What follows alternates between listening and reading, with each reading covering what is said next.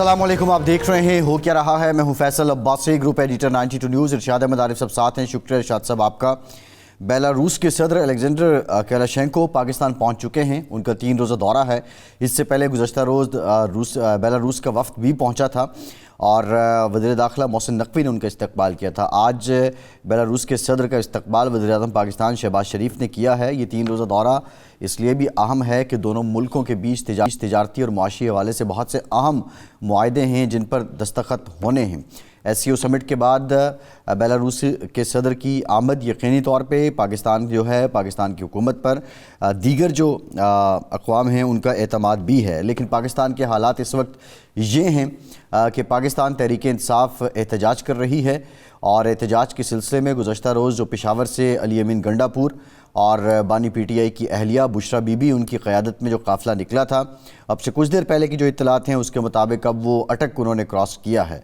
अब अगला लाहे अमल क्या होगा, ज़रा ये भी बताते हैं कि हुकूमत की तरफ से पाकिस्तान तहरीक इंसाफ की क़यादत को इंगेज करने की कोशिश की जा रही है। ज़रा ये भी बता रहे हैं कि मुमकिन तौर पर किसी ऐसे मकाम पर इत्तफ़ाक़ हो सकता है कि वहाँ पाकिस्तान तहरीक इंसाफ एहतजाज धरना कर देना चाहती है तो उस मकाम पे कोई फ़ैसला हो सकता है। लेकिन पाकिस्तान तहरीक इंसाफ अली अमीन गंडापुर बज़िद हैं कि वो D चौक पहुंचना चाहते हैं। इस सारी मार्च के दौरान, इस सारे एहतजाज के दौरान ये फ़ाइनल कॉल गर्दाना गया। ऑल्दो पाकिस्तान तहरीक इंसाफ पहले भी बहुत से एहतजाज की कॉल को फ़ाइनल कॉल कह चुकी है, लेकिन इसकी सिग्निफिकेंस ये है कि पहली मरतबा बानी PTI की अहलिया बुशरा बीबी, इससे पहले जो ये कहती थी कि उनका किरदार गैर सियासी है, PTI भी ये कहती थी, अब बाज़ाब्ता तौर पे उन्होंने इस एक सियासी एहतजाज को लीड किया है। उन्होंने सियासत में एंट्री दी है, गाहे बगाहे वो कारकुनों से खिताब भी करती रहीं। इस पर पंजाब हुकूमत की तर्जुमान अज़मा बुखारी ने रद्द अमल दिया है, उनका खैर मकदम किया है। पुलिस कांस्टेबल मुबशिर नाम बताया जा रहा है जिनकी इस वाक़े में इस सारी झड़पों के दौरान शहादत भी हुई है। बहरहाल अब जो ये मामला है ये किस तरफ जाएगा ये अभी नहीं कहा जा सकता कि ये एहतजाज मुकम्मल तौर पे फ्लॉप हो गया है या ये एहतजाज कामयाब हुआ है। लेकिन हुकूमत अब मुज़ाकरात कर रही है, मुज़ाकरात से ही बात निकलनी थी। आज बैरिस्टर गौहर से बानी PTI से मुलाकात के लिए वो गए। ज़रा ये बताते हैं कि वहाँ भी कोई ऑप्शन दिया गया, लेकिन अभी तक कोई बात खुलकर इससे मुतालिक सामने नहीं आई है। मुज़ाकरात की तस्दीक बैरिस्टर गौहर ने, जो PTI चेयरमैन हैं, उनकी तरफ से की गई है। ये मामला किस तरफ जाएगा और इस सब का पाकिस्तान को, आपको, मुझे, पाकिस्तान के अवाम को क्या फ़ायदा हो रहा है। एक अंदाज़ा है उसके मुताबिक 190 अरब रुपए सालाना रोज़ाना ख़र्च हो रहे हैं सिर्फ सड़कें बंद होने से, मुल्क चौक होने की वजह से। दूसरी जानिब तकरीबन 3 अरब रुपया PTI का एहतजाज रोकने के लिए भी ख़र्चा आया है। पाकिस्तान तहरीक इंसाफ जो मुतालबे कर रही है, हुकूमत कहती है कि धौंस धमकी से ये मुतालबात, ये मुज़ाकरात नहीं हो सकते। क्या इस तरीके से पाकिस्तान तहरीक इंसाफ अपने मुतालबात मनवा लेगी, हासिल कर लेगी? अली अमीन गंडापुर की अब दूसरी कोशिश है, बतौर वज़ीर आला वो आ रहे हैं, इस्लामाबाद पर चढ़ाई भी कर रहे हैं, एहतजाज भी कर रहे हैं। लेकिन इस सब का फ़ायदा पाकिस्तान को क्या हो रहा है, ये एक बुनियादी सवाल है जिस पर हम बात करेंगे। इरशाद साहब, सियाहम की बात कर लें, पाकिस्तान का, इस रीजन का एक कल्चर है, जरगा, मुशावरत, पंचायत, बैठना, ये एक रिवायत रही है और पाकिस्तान के मसाइल इससे हल होते रहे हैं। अगले 24 घंटे में क्या होगा, किसकी नाक रगड़ी जाएगी, किसकी पग ऊंची हो जाएगी, और ये जो अब तक हुआ है इस सब का फ़ायदा किसको हो रहा है? देखें, फ़ायदा किसी को भी नहीं हो रहा और ना होता है। नुकसान मुल्क को हो रहा है, मुआशरे को हो रहा है, मईशत को हो रहा है, हुकूमत को हो रहा है। और इसीलिए जमहूरियत को बेहतरीन निज़ाम इसलिए कहा जाता है कि उसमें डायलॉग होता है, उसमें गिव एंड टेक होता है, उसमें बैठ के मामलात कबायली अंदाज में लड़ झगड़ कर तय नहीं किए जाते। उसमें दबाव डालने के लिए जलसे जुलूस भी होते हैं, धरने भी होते हैं, सब कुछ, लेकिन बिल आखिर फ़ैसला जो है वो मुज़ाकरात की मेज़ पर होता है। और अक्लमंद हुक्मरान और अक्लमंद सियासतदान और अक्लमंद अपोजिशन जो है वो मामलात को पॉइंट ऑफ नो रिटर्न तक नहीं ले जाते और पहले ही मुज़ाकरात करके कोई ना कोई हल निकालते हैं। लेकिन हम तो ये देख रहे हैं कि कुछ अर्से से हमारे यहाँ सियासत और जमहूरियत की बजाय एक कबायली तर्ज की जो है लड़ाई झगड़ा, महाजाराई, दंगा फसाद, ये हूँ या वो हूँ, दोनों साइडों पे अपोजिशन के अंदाज और हैं, हुकूमत के अंदाज और हैं। वही लोग जब अपोजिशन में होते हैं तो उनके अंदाज और होते हैं, हुकूमत में अपोजिशन में और होते हैं, हुकूमत में कुछ होते हैं। हुकूमत में जो होते हैं उस वक्त किसी की सुनने के लिए तैयार नहीं होते, अपोजिशन में फिर होते हैं कि जी सुनी भी जाए और मानी भी जाए। तो एक तो इसका नुकसान हो रहा है रियासत को। दूसरा पहलू वो ये है कि ये खुश आइंद बात है कि आज एक मुज़ाकरात का दरवाज़ा फिर खुला है। तो दरवाज़ा अगर मुज़ाकरात का खुला है तो इसको बंद नहीं होने देना चाहिए, और ज़िद और हरदर्मी, मैं ना मानूं की कोई गुंजाइश नहीं है। जो CBMs हो सकते हैं वो करके मुज़ाकरात को आगे बढ़ाया जाए। शाह साहब, सवाल ये है मेरा, आप एक पहलू आपने कहा कि मुज़ाकरात से ही हल निकलेगा। अभी जो बेलारूस के सदर पाकिस्तान पहुंचे हैं, अलेक्जेंडर लुकाशेंको, ये साहब जो हैं, ये क्या सिर्फ मुस्लिम लीग नून के मेहमान हैं, क्या सिर्फ पीपल्स पार्टी के मेहमान हैं, क्या सिर्फ JUI के मेहमान हैं, या ये फ़कत PTI के मेहमान हैं? ये साहब किसके मेहमान हैं? ये पाकिस्तान के मेहमान हैं, पाकिस्तान के अवाम के मेहमान हैं, और ये हुकूमत और अपोजिशन दोनों के मेहमान हैं, और इनका एहतराम दोनों की ज़िम्मेदारी है। लेकिन ये है कि जब ये मामला चल पड़ा था, मुज़ाकरात शुरू हो गए थे, तो ये नौबत आनी नहीं चाहिए थी। देखिए ना, हुकूमत को तो पहले रोज़ से पता होगा ना, 10 दिन तो मिले ना।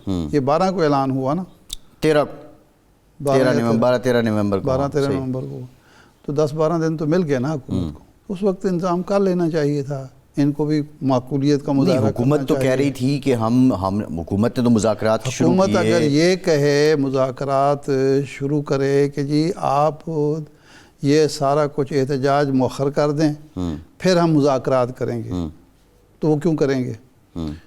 मतलब है कि नहीं, अब उनकी जो शर्त थी कि वो बानी PTI कहते हैं मुझे रिहा करें तो फिर आगे बात होगी। नहीं, मैं वही कह रहा हूँ ना कि बात ये है कि गैर मशरूत तरीके से उसी दिन मुज़ाकरात शुरू हो जाने चाहिए थे। ये भी तो आखिरी दिनों में जाके हुआ ना, उसी दिन शुरू हो जाने चाहिए थे। अगले 5, 7, 6 दिन में कोई ना कोई CBMs हो जाने चाहिए थे। लेकिन हमें तो आज तक ये नहीं पता चल सका कि इन मुज़ाकरात का ज़ामिन कौन था। देखें, जब फ़रीक़ैन बैठेंगे, देखें, एक जमहूरी निज़ाम में ये ठीक है कि ट्रस्ट डेफिसिट बहुत ज़्यादा है, ये ठीक है कि एतबार एक दूसरे पर करने के ज़ामिन मिल जाएंगे। ज़ामिन 1977 में जब इलेक्शन ये मसला हुआ था, तो उस वक्त भी यही सूरत हाल थी। लेकिन सऊदी अरब के जो सफ़ीर थे रियाजुल ख़तीब साहब, वो आ गए थे दरमियान में। ये तो बदकिस्मती की बात है कि वो मुज़ाकरात सिरे चढ़ ही ना सके, वो तवालत हो गई और मामला ख़राब हो गया। तो अब भी आ जाएंगे, लेकिन नहीं, हमारे यहाँ तो इर्शाद साहब एक हमारी हिस्ट्री है। जो ब्रदर ममालिक हैं, सऊदी अरब हो गया, उसने बड़ा कलीदी किरदार अदा किया पाकिस्तान के डिस्प्यूट में। लेकिन रिसेंटली जो एपिसोड है, एक फ़रीक ने तो सऊदी अरब को समझ लें अपने हाथ ही कटवा दिए ना, उनसे नाराज़ी कर लिया।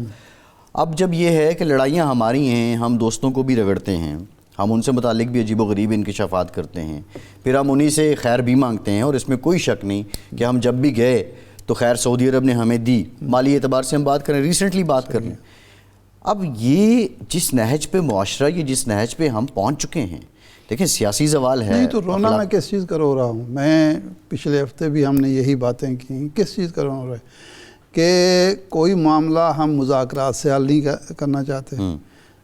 कोई बंदा ऐसा नहीं रहा जो दोनों का एतमाद बहाल कर सके, जो इनको मुज़ाकरात की मेज़ पर बिठा के इनसे मामला फहमी करा सके।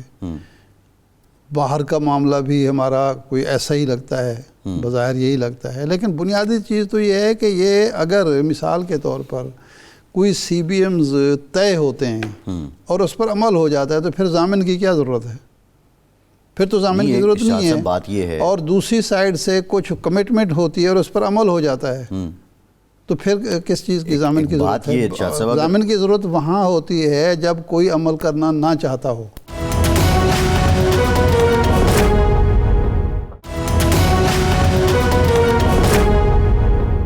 देखें अगर वो दोनों फरीक अगर ये समझ रहे हैं कि भाई हमारे लिए बेहतरीन रास्ता यही है कि हम मुज़ाकरात के ज़रिए किसी मामले तक पहुँचें, मुल्क की खातिर, जमहूरियत की खातिर, अपनी सियासी मफाद की खातिर।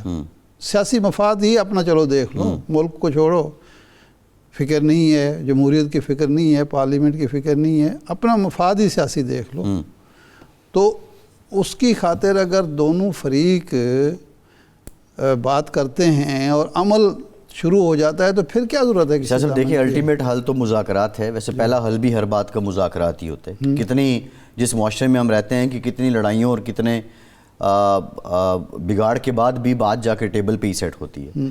लेकिन अभी जब मैं ख़बर देख रहा था कि जो बेलारूस के प्रेसिडेंट हैं उनका 3 रोज़ा दौरा है, बल्कि हम बात भी कर रहे थे, हमारे जहन में ये था कि शायद वो 24-48 घंटे का दौरा है। अब अगले 3 दौर भी बड़े क्रूशल हैं। एक जानिब इस्लामाबाद के एक कोने में वो हैं, दूसरी जानिब प्रोटेस्टर बैठे हुए हैं। इम्प्रेशन किया जा रहा है, मैं भारतीय मीडिया देख रहा था, वो जिस तरह इसको प्रोपेगेट कर रहा है, ऐसे लग रहा है कि जैसे ये एहतजाज उनका एहतजाज है। अगर हमारा मुआशरा जमहूरी मुआशरा हो तो कोई फ़र्क नहीं पड़ता कि एहतजाज हो रहा है कि नहीं हो रहा है। पूरी दुनिया में जब कोई ये जब बाइडेन गए हैं यूके, अभी पिछले साल की बात है, बल्कि इसी साल के अवाइल की बात है, पिछले साल की बात है, तो एहतजाज हुए हैं। बुनियादी चीज़ ये है कि तोड़ फोड़ ना हो। पुलिस पर जो है वो पुलिस के जैसा एक शहीद हो गया है, कौमी अमला को नुकसान ना पहुंचाया जाए, पुलिस भी अवाम को दुश्मन ना समझे और अवाम भी या एहतजाजी मुजाहिरीन भी पुलिस को अपना दुश्मन ना समझे। दोनों के दरमियान एक ये फ़र्क रहना चाहिए कि वो दुश्मन नहीं है एक दूसरे के, तो उससे कोई फ़र्क नहीं पड़ता। कुछ अगर गेम, ये जिस तरह का क्राउड मौजूद है, आप समझते हैं रूल्स ऑफ गेम अगर तय हो जाएं तो कोई फ़र्क नहीं पड़ता। मसला तो प्रॉब्लम तो यही है ना कि हम किसी कोई गेम भी, सियासत की गेम को, सियासत के खेल को हम कवायद व ज़वाबित के तहत नहीं खेलना चाहते हैं। ठीक है, प्रॉब्लम ये है। इरशाद साहब, अली अमीन गंडापुर 5 अक्टूबर के बाद अब ये दूसरा, तकरीबन 40 दिनों में ये दूसरा एहतजाज वो लेकर आए हैं। अब बुशरा बीबी भी उनके साथ हैं। कल तक बुशरा बीबी सियासत में नहीं थी, अब बाज़ाब्ता उनकी एंट्री हो गई है।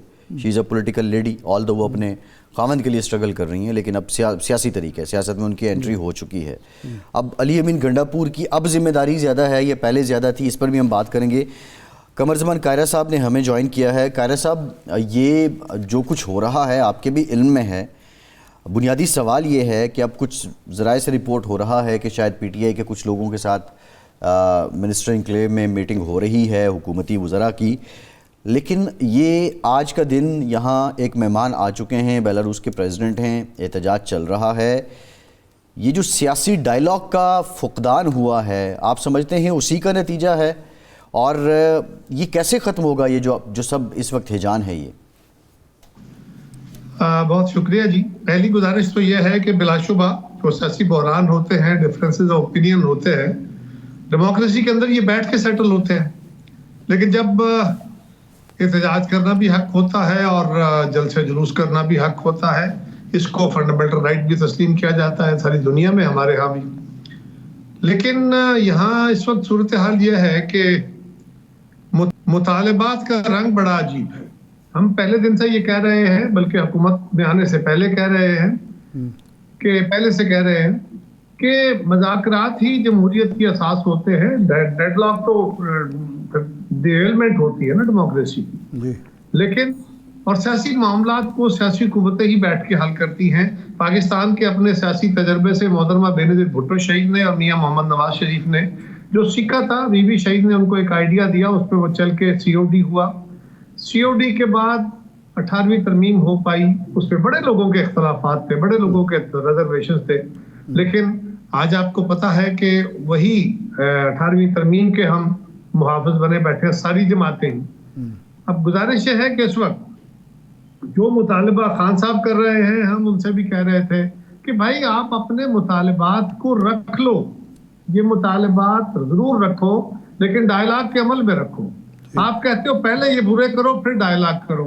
अच्छा खान साहब को छोड़ दो, मेरा मैंडेट वापस कर दो, मेरा फलां क्या ये कर दो, उसके बाद आपसे डायलॉग किस बात के होने। तो सवाल ये है कि हमने तो कोशिश की, लेकिन उस डायलॉग का जवाब हमेशा आज तक यानी मीडिया, ये सारा मीडिया ये बात कहे जा रहा है कि जी क्या मुज़ाकरात नहीं होने चाहिए, लैक ऑफ इंटरेस्ट है, लैक ऑफ जो डायलॉग है। तो ये डायलॉग कौन नहीं कर रहा?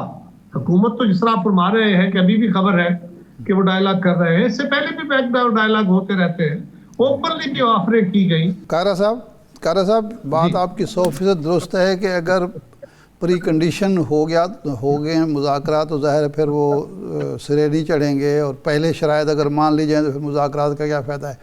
लेकिन जो मिसट्रस्ट है दोनों फरीकों के दरमियान, कोई ना कोई CBMs तो होनी चाहिए। वो मिनिमम क्या हो सकता है जो हुकूमत पूरे कर दे कुछ चीज़ें, और कुछ चीज़ें अपोजिशन पूरी कर दे, और उसके बाद मुज़ाकरात की कामयाबी की उम्मीद की जा सके। एतमाद साजी के लिए क्या इक़दाम हो सकता है जो हुकूमत के बस में भी है और हुकूमत को करना भी चाहिए? इरशाद आरिफ साहब, मैं कोई हुकूमत की तरफ से तो बात नहीं कर सकता, मुझे आप तो एक यानी सियासतदान के तौर पर, इंटेलेक्चुअल के तौर पर आपकी सजेशन क्या होगी? मेरी राय ये होगी कि इस वक्त जो तातुल बना पड़ा है वो आपको याद होगा 2024 के इलेक्शन के बाद भी पीपल्स पार्टी ने कोशिश की, 2022 में भी पीपल्स पार्टी ने कोशिश की डायलॉग करने की, लेकिन खान साहब की तरफ से सबूताज हो गए। आज भी मैं समझता हूँ कि वो जो एक बात मुसलसल किए जा रहे हैं ना कि मैं फौज से डायलॉग करूंगा, सियासी जमातों से नहीं। खान साहब को इस बात का एक दफा एक अयादा करना चाहिए कि मैं सियासी हुकूमतों से बैठ के डायलॉग करना चाहता हूँ। कोई अच्छा है, कोई बुरा है, कोई उनको पसंद है, कोई नहीं पसंद, लेकिन यहाँ के लोगों का मैंडेट हासिल है तमाम जमातों को। थोड़ा है, ज्यादा है, उनको ज्यादा है, ये एक अलग बहस है, ठीक है, लेकिन सबके पास अवाम का मैंडेट है और अवाम की राय उनके साथ शामिल है, उनकी फॉलोशिप। तो खान साहब को ये बात तो माननी पड़ेगी कि जी मैं डायलॉग करने को तैयार हूँ। अगर वो ये नहीं मानते तो फिर बाकी सारे सजेशन बेकार है। अच्छा ये बताएं कारे साहब, अभी तक हमने देखा कि जो प्रेसिडेंट ऑफ पाकिस्तान है इस सूरत हाल में वो खामोश हैं। Peoples Party, even Nasir Shah साहब की स्टेटमेंट एक चल रही है, उन्होंने कहा कि जैसी हमारे लिए मुस्लिम लीग नून है वैसी ही हमारे लिए PTI भी है। इस सूरत हाल को डिफ्यूज़ करने में आप नहीं समझते कि अब सदर पाकिस्तान को एक कदम आगे आना पड़ेगा और उन्हें कोई इनिशिएटिव लेना पड़ेगा? मेरे अजीज, मैंने पहले अर्ज किया, मैं फिर दोबारा दोहरा देता हूँ, कई दफा आपके प्रोग्राम में भी इस बात का यादा कर चुका हूँ, इस बात का इजहार कर चुका हूँ कि जब 2022 में डेडलॉक हो गया था इलेक्शंस के ऊपर, पंजाब और खैबर पख्तूनख्वा के सूबाई असेंबली डिसॉल्व होने पे इलेक्शन के अंदर हमारा व्यू था कि अगर इलेक्शन अलग अलग टाइम में हुए पाकिस्तान में तो बड़ी तबाही हो जाएगी, नुकसान हो जाएगा। लेकिन PTI का भी तकाजा था, अदालत ने भी तारीख दे दी, उसके ऊपर एक डेडलॉक आ गया। हमने उसके अंदर मुज़ाकरात के लिए कोशिश की, पीपल्स पार्टी के सेंट्रल एग्जीक्यूटिव ने फैसला किया और हमने मुज़ाकरात की कोशिश की, अपने साथियों को राजी किया। सुप्रीम कोर्ट दरमियान में आ गई, हमने बंदयाल साहब की कोर्ट में जाके पेश होके खुद हाजिर होके कहा कि हुजूर आप इससे निकल जाएं, ये हमारा काम, हमें करने दें। ले बहरहाल जो वो मुज़ाकरात हुए आप जानते हैं उसको, वो 2, 3 और 6 मई को मुज़ाकरात हुए। 6 मई को मुज़ाकरात फाइनल होने पे भी खान साहब ने विड्रॉ कर लिया और उसके नतीजे में फिर 9 मई हो गया। फिर एक बर्बादी की दास्तान लिखी गई, मुल्क के लिए भी, अब इनके लिए भी, हमारे लिए भी। अब तीसरा काम ये हुआ कि हमने 2024 के इंतखाब के बाद 8 फरवरी का इंतखाब, 13 फरवरी को पीपल्स पार्टी के सेंट्रल एग्जीक्यूटिव 2 दिन की मीटिंग करती है इस्लामाबाद, और फिर हम फैसला करते हैं कि सियासी कुव्वतों के दरमियान डायलॉग होना चाहिए। ये आसिफ जरदारी साहब का और बिलावल साहब का ही ब्रेन चाइल्ड था ना कि ये मुज़ाकरात हो। हमने कमेटी बना दी, मुज़ाकरात होने थे, अगले दिन सुबह खान साहब ने ऐलान करा दिया कि जी पीपल्स पार्टी, मुस्लिम लीग और MK हमसे मुज़ाकरात नहीं होंगे, बाकी सबसे मुज़ाकरात हो सकते हैं। तो यही मैं कह रहा हूँ कि अब एक ये बताइए कि सदर साहब फिर इनिशिएटिव लेने को तैयार, वो बड़े दिल के आदमी है, वो फिर इनिशिएटिव ले लेंगे, लेकिन वो इनिशिएटिव तब होगा ना कि आगे से गाली ना पड़े। जी ठीक, कायरे साहब बहुत शुक्रिया आपके वक्त का, आप हमारे साथ मौजूद थे। एहतजाज हो रहा है इसके पाकिस्तान की मईशत पे क्या असरात हो रहे हैं। एक ब्रेक के बाद इस पर बात करेंगे, हमारे साथ रहिए।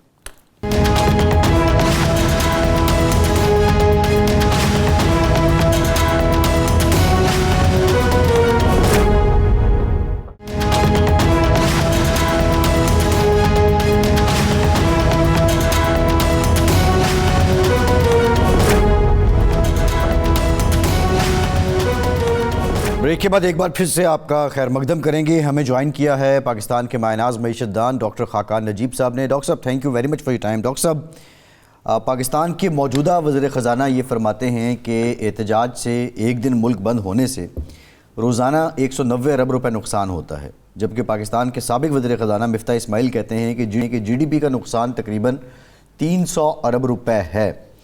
ये नुकसान जो हो रहा है ये आपकी, मेरी और हमारे देखने वालों की जेब से फिर रिटर्न कैसे होता है, वापस कैसे पूरा किया जाता है, ये भी बता दें। और आपके पास क्या स्टैट्स हैं कि एवरेज कितना पर डे लॉस होता है जो अभी हालात हैं पाकिस्तान के उनमें? देखिए ना, पहले तो ये अहाता कर लेते हैं कि नुकसान किस तरह से होता है। अगर आपकी प्रोडक्शन यानी कि एक दिन की प्रोडक्शन मुल्क की जो कि आपकी GDP में कंट्रीब्यूट करती है वो नहीं होती, फैक्ट्रीज बंद होती हैं, वर्कर्स नहीं आ सकते, रॉ मटेरियल नहीं पहुंच सकता, तो एक नुकसान होता है। दूसरा नुकसान ये है कि आपकी वही चीज़ एक्सपोर्ट होनी थी, एक्सपोर्ट ऑर्डर्स डिले होते हैं, तो एक नुकसान होता है। FBR की टैक्स कलेक्शन डिले होती है बिकॉज उस दिन लोग जमा नहीं करा पाते, प्रोडक्शन नहीं होती, सेल्स नहीं होती, सेल्स टैक्स नहीं आता। अगर आपकी कोई भी जो फ्रूट्स हैं, वेजिटेबल्स हैं, वो गल सड़ जाते हैं तो लोगों का नुकसान होता है। अब हमने बहुत से तरीके आपके सामने आज डिस्कस किए कि ये सारे तरीके हैं जिनसे ये नुकसान हो सकता है। तो ये तो है quantitative loss. I think GDP का लॉस जो इस पर कैलकुलेट किया है, मैं समझता हूँ सही है। वो मैंने कैलकुलेशन देखी है, ये जहाँ से अथॉरिटीज़ लेनी है हमारे इकोनॉमिक एडवाइजरी विंग का, कि तकरीबन 160 अरब का वो नुकसान है, एक्सपोर्ट्स का नुकसान है, फिर उसको मिलाएं आप FBR से, तो ये 190 अरब के करीब आप फिगर पहुंच सकता है। ये बिल्कुल तखमीना लगाना तो बहुत मुश्किल है, बट एक जेनेरिक बात ये जरूर हो सकती है। पर इससे आगे बढ़ के अगर आप सोचें तो जो रेप्यूटेशनल लॉस है पाकिस्तान का, वो आपकी फॉरेन इन्वेस्टमेंट को हर्ट करता है। अगर आपके सारे चैनल्स पे, अल जजीरा पे, BBC पे पाकिस्तान की ऐसी न्यूज आ रही है कि पॉलिटिकल रेकंसिलिएशन नहीं हो पा रही, फॉर एग्जांपल एक मिसाल दे रहा हूं मैं, या ऐसी न्यूज आ रही है कि सप्लाईज डिस्टर्ब्ड हैं, तो ऑब्वियसली ये एक रेप्यूटेशनल लॉस है कंट्री का। हमें सबसे ज्यादा इसके बारे में सोचना चाहिए। मैं इसका आपको एक मिसाल देता हूं। जब एक दफा धरना चल रहा था, 2014 की बात है, हम एक निगोशिएट कर रहे थे, IMF का रिव्यू, आई थिंक चौथा रिव्यू था, और हम दुबई में निगोशिएट कर रहे थे, जो कि मैं मौजूद था उस टेबल पे। वो रिव्यू कंप्लीट उस वक्त नहीं हो पाया था जब तक कि पॉलिटिकल सिचुएशन जो थी डिफ्यूज नहीं हो गई थी, और फिर उस रिव्यू को हमें अगले रिव्यू के साथ कपल करके कंप्लीट कराना पड़ा। कंप्लीट तो हमने करा लिया था। So you know there are many aspects to all of this. Doctor साहब, ये आप तफसील से आपने बयान कर दिया। अभी हमारे जो हुकूमत अपोजिशन दोनों के सोचने की बात है कि मुल्क के मफाद में उन्हें क्या करना चाहिए और किस तरह इस नुकसान से बचाना चाहिए हमें। बेलारूस के सदर जो हैं वो तशरीफ़ लाए हैं, 3 रोज़ का दौरा है, कुछ 56-60 रुकनी डेलीगेशन है जिसमें बड़े बड़े सरमायाकार हैं। माजी के तजर्बात के हवाले से बेलारूस के साथ हमारी जो इक़्तिसादी और माशी ताउन की जो तारीख़ है, उसकी रोशनी में आप क्या समझते हैं कि हम कितना कुछ अचीव कर सकते हैं? देखिए, गुफ्तगू इस तरह से, एक तो बेलारूस का मुझे याद है कि एक ट्रैक्टर बड़ा मशहूर है जो कि पाकिस्तान के साथ हम इस्तेमाल करते हैं। फिर बेलारूस से आई थिंक कोई डिफेंस की भी एक टाइज हैं, मैं इतना ही कहूँगा, but I think there are ties there also that we use.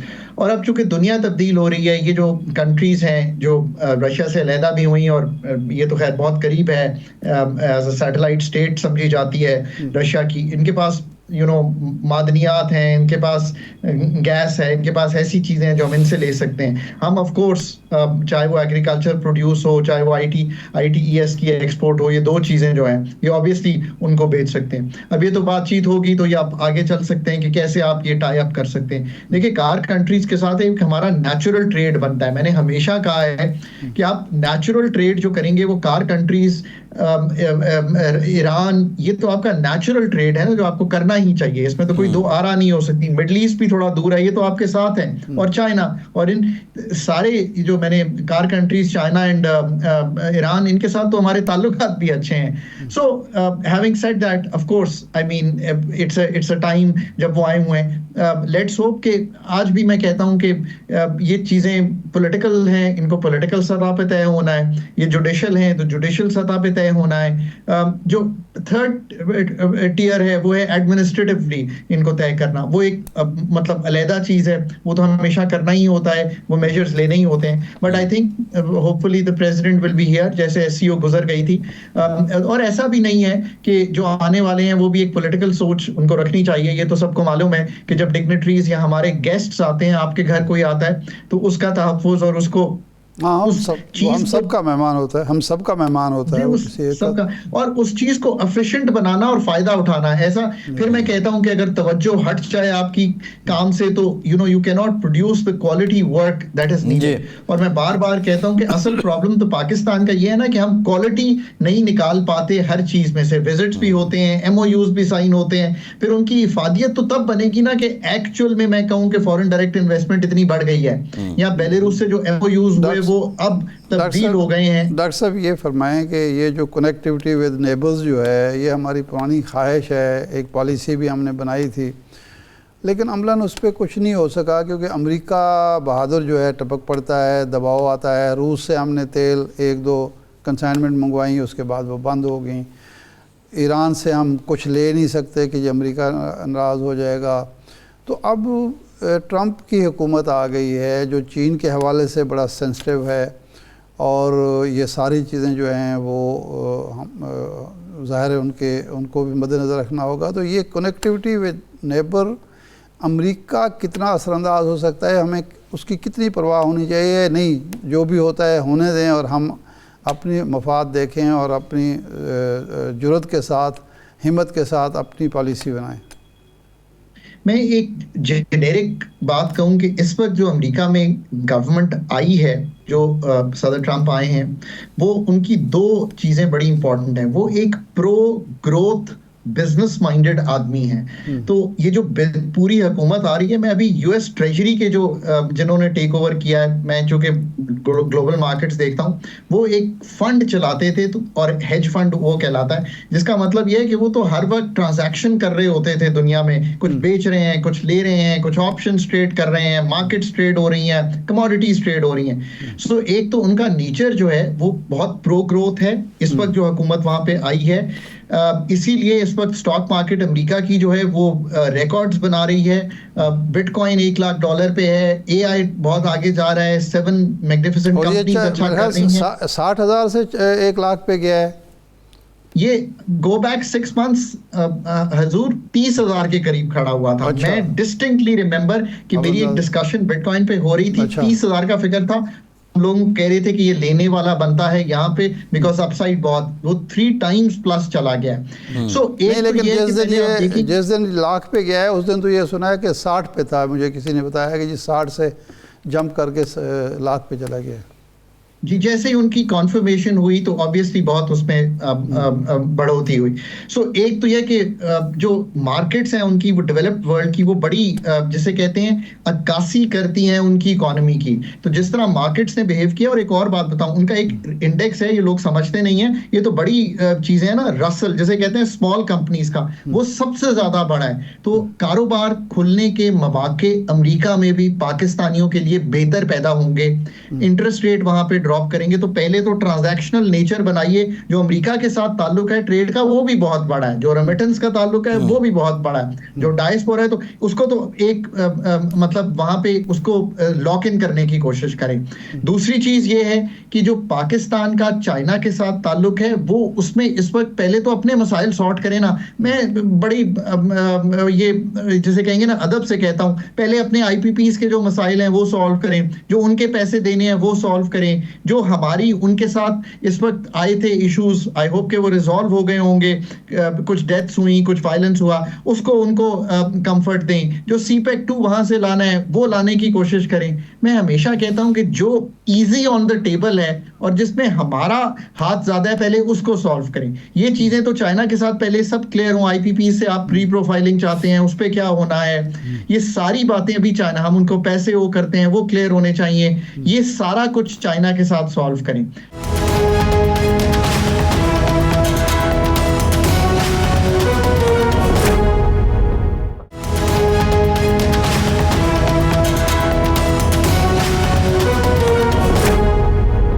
Doctor साहब, क्वेश्चन ये है, जो आप बात कर रहे हैं ठीक है, पाकिस्तान को एक बैलेंस अप्रोच के साथ जाना चाहिए, लेकिन आप नहीं समझते कि पाकिस्तान जो है वो उस पर पॉलिटिकल इन्फ्लुएंस ज़्यादा हो जाता है बहुत से एस्पेक्ट्स में। दुनिया की ये मिसाल के तौर पे फैट अफेक्ट टेक्निकल बॉडी थी, हमारे लिए वो एक पॉलिटिकल बॉडी साबित हुई। अब रिसेंटली आप देखें पाकिस्तान के जो हालात हैं, अमेरिका की तरफ से एक आर्म ट्विस्टिंग भी होती है, अभी मौजूदा गवर्नमेंट के ख़िलाफ़ भी एक भरपूर लॉबिंग भी हो रही है अमेरिका के अंदर। तो कैसे पाकिस्तान बैलेंस अप्रोच के साथ चलेगा? हम तो कहीं ना कहीं जाके डिपेंडेंट हैं अमेरिका पे भी और चाइना पे भी। ये IMF का रिव्यू जो जनवरी फरवरी में होना था वो बिफोर टाइम हो गया, तो ये भी तो एक पॉलिटिकल मूव नहीं लगती? फैसल, तो आपने जो एक बात की ना बड़ी खूबसूरत है कि हम डिपेंडेंट हैं इन ममालिक पे कि IMF का रिव्यू हो जाए ताकि हमारा लोन आते रहें। हम डिपेंडेंट हैं कि चाइना हमें रीप्रोफाइल कर दे, तो वो जो सबसे बड़ा हमारा जो डेट है वो चाइना, 30% जो एक्सटर्नल डेट है हम चाइना को वो करते हैं। सो चाइना को तो छोड़ा जा ही नहीं सकता किसी तौर पे। They have to remain comfortable with us and we have to remain the most comfortable with them, ये याद रखिए। अच्छा, अब फैसल ने जो बात की ना, हम डिपेंडेंट हैं, देखिए ये जो टाइम और स्पेस मिली है IMF के साथ एंगेज करके, पहले इस बात को समझिए कि आपको मिला क्या है। You have bought some time, you have bought some space, लोगों ने आपको कुछ पैसे दे दिए हैं, कुछ मौखर कर दिए हैं डेट्स आपके। अब वो काम कीजिए कि ये डिपेंडेंसी जो सिंड्रोम है इससे निकल सकें। मतलब हर दूसरे दिन जो खड़ा हो जाता है कि आज किसी के पैसे देने हैं, उसके लिए किसी से बोरो करना पड़ेगा, यार let's try and get out of this ना। इसका तो एक ही तरीका है कि हम पाकिस्तान में जो कारोबार है उसको बढ़ाएं, चाहे वो एग्रीकल्चर है, चाहे वो पाकिस्तान की मैन्युफैक्चरिंग है या IT है, ये 3 चीजें ही है ना, और नए ग्रोथ इंजन ढूंढें। कहने का मकसद ये है कि ये जो स्पेस हम गेन करते हैं, चाहे वो IMF की एंगेजमेंट से करें, चाइना की रीप्रोफाइलिंग से करें, अमेरिका जो है वो अगर हमसे कंफर्टेबल रहे, और अमेरिका का मेरा ख्याल है 17% शेयर है इस पर IMF में, they are the biggest, they have the biggest seat on the table, so that's fine. I mean आप अपने काम तो करें ना जो IMF के साथ तय किया। अब अगर IMF के जो स्टॉक टेकिंग मिशन आया है, इफ एवरीथिंग वाज कंफर्टेबल जैसे फरमा रहे हैं, तो IMF का मिशन शायद ना आता, बट देर कबाते तो हमें भी मालूम है कि टैक्स शॉर्टफॉल था, जो लेजिस्लेट करना था चारों प्रोविंसेस ने, एग्रीकल्चर इनकम टैक्स वो नहीं किया, there were things which needed a push। Pakistan IMF आता है, एग्रीकल्चर इनकम टैक्स की लेजिस्लेशन पंजाब में हो जाती है। Again coming to Faisal's thing, ये काम हमारे करने के हैं। अपना जब तक हाउस इन ऑर्डर नहीं करेंगे तो 3 साल बाद, पता नहीं मैं आपको इंटरव्यू दे रहा हूँ या नहीं, तो जो भी दे रहा होगा वो कहेगा कि देखे ना जी IMF तो जाना ही पड़ेगा। देखिए, समझने की कोशिश कीजिए, अमेरिका के साथ जो रिलेशनशिप है वो अपनी जगह, उसमें ट्रेड बढ़ाएं, दैट्स द बिगेस्ट अपॉर्चुनिटी। उनसे ये कुछ मांगे, IMF के साथ एक technical and policy level close करें, फिर जो डिप्लोमेसी की जरूरत होती है वो अलहदा करें।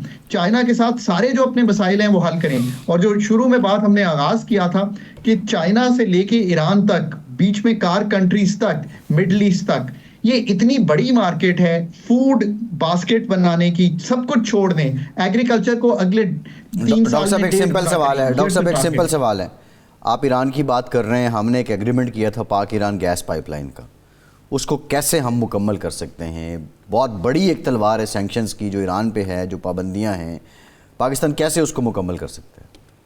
आई थिंक ये भी ग्लोबल नेचर जो है चीज़ों की, वो कभी आड़े आ जाती है, इसमें कोई शक नहीं है फैसल। बट आप ये देखिए कि जब सदर ट्रंप ने टेक ओवर किया तो क्या उन्होंने ईरान से इंगेज किया कि नहीं किया? सो अगर उन्होंने ईरान से इंगेज किया है, so maybe things would start looking a little different as we move in front.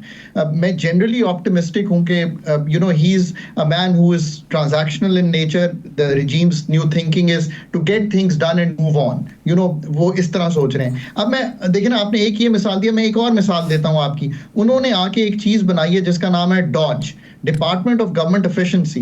वो ये कहते हैं कि हम 1/3 एक्सपेंडिचर काट देंगे अमेरिकन सरकार का, रेड टेपिज्म काट देंगे, ब्यूरोक्रेटिक हर्डल्स काट देंगे, री रेगुलेट कर देंगे। ये नहीं वो कह रहे कि अगले 5 या 10 साल में कर देंगे। आपको मालूम है डॉज जो है वो क्लोज किस दिन हो जाएगी?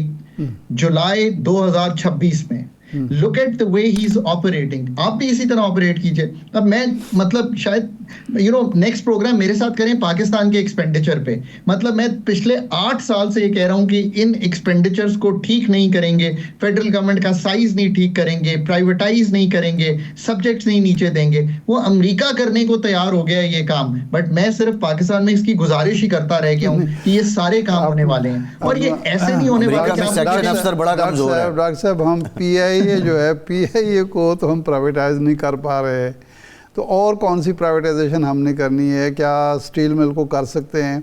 दूसरा ये है कि ये जो मसला है डॉज की आप बात कर रहे हैं, यहाँ जो नासिरुल मुल्क कमेटी बनी थी उसने दे दी, उस पर तो किसी ने अमल नहीं किया। अभी एक कमेटी अभी हाल ही में फिर मौजूदा हुकूमत ने बनाई थी, मेरे ख्याल उस कमेटी के ऊपर कमेटी बनाई थी। अमल कौन करेगा, कैसे करेगा? नहीं, सेक्शन अफसर काबू नहीं आता हमसे डॉक्टर साहब, तो कैसे अमल होगा ये बता देना। सब आप लोग आज इतनी फंडामेंटल और इंपॉर्टेंट बातें करें ऑन द PIA। देखें, I am very very clear. एक उसमें पहले जो पॉजिटिव चीज है ना वो बयान कर दूं। पाकिस्तान में 4 से 5 अच्छे बायर PIA को लेने पहुंच गए थे। ऐसा नहीं है कि पाकिस्तान में इंटरेस्ट नहीं आता। आप नहीं कह सकते पेगासस टर्की की ये अल अरेबिया है जो बैक कर रही है फ्लाई जिना को, एक कराची का अच्छे 2 ग्रुप, सो ये लोग एयर ब्लू ये सब पहुंच गए थे ना लेने के लिए। हाँ, ये भी हमें बताइए कि ये पीछे क्यों हट गए? 5 लोग जो थे ये क्यों पीछे हटे?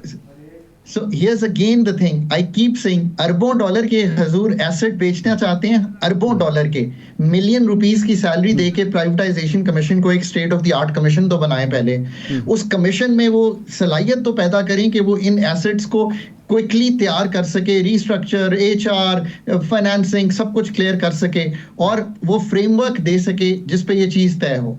आज तक ये भी बात, and it's been now number of years where I keep saying कि यार इतना प्राइवेटाइजेशन कमीशन बनाया ही इसलिए था। आपकी इस बात में भी सदाकत है। Transactions of power are much more difficult than the PIA transaction. उनमें तो इतने ज्यादा मसाइल हैं डिस्को बेचने जाएंगे कि it is now starting to look very difficult. So ये बिल्कुल बात आपकी दुरुस्त है, इसमें कोई दो आरा नहीं हो सकती जो आपने फरमाया है। अब क्या हम ये 85 कमर्शियल एंटिटीज जो इस वक्त फेडरल गवर्नमेंट रन कर रही है, 10 डिस्को और ये, इसका एक फिगर देता हूं दिल दहला देने वाला है।